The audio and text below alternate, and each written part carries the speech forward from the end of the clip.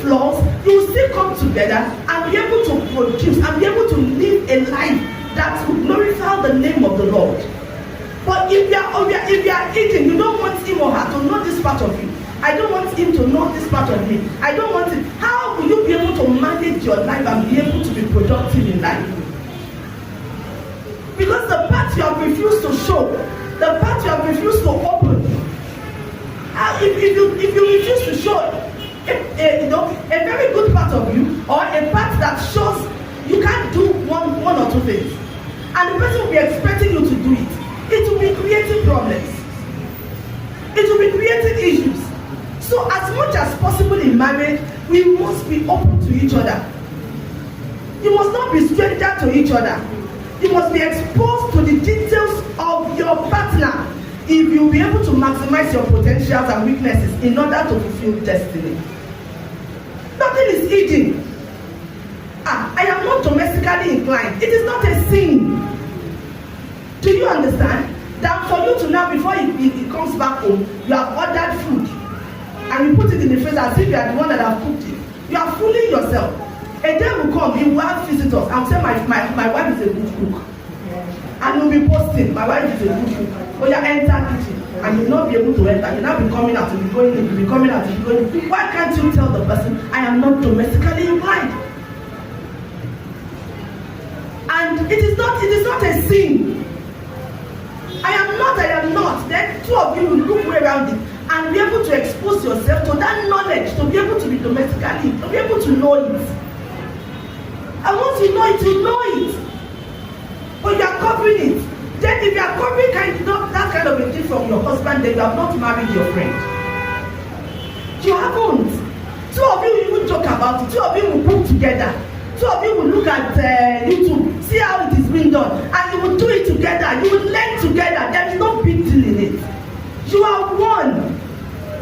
In as much as when both of you are naked before each other, and you expect that the I don't want to be so raw. You expect that the breast should be big and the breast is small. You go into it like that. So what again? Do you understand? What again? That is the highest level of openness that can happen between two human beings. If that has happened, what again are you hiding?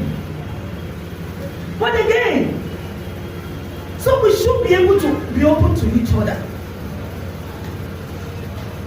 How will you become one and still give part of your life? Then you have not become one.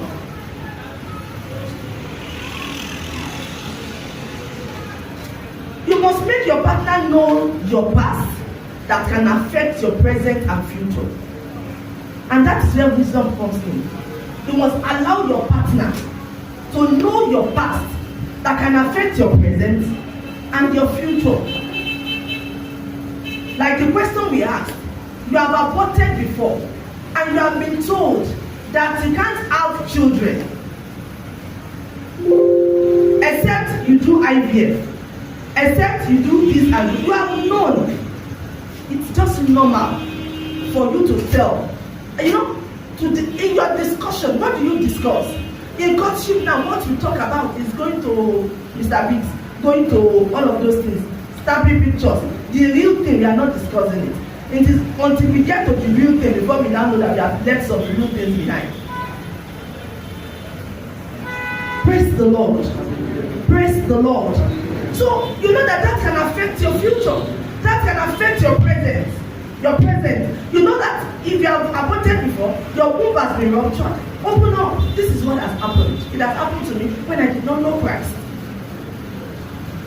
And you present it with confidence. But I have prayed that God has forgiven me. So if he or she is still holding it, fine. You are not meant for each other. Praise the Lord. Praise the Lord. Praise the Lord. But you know it's different from, I have aborted before. My womb has been ruptured. Did you say that I have aborted 10 times before?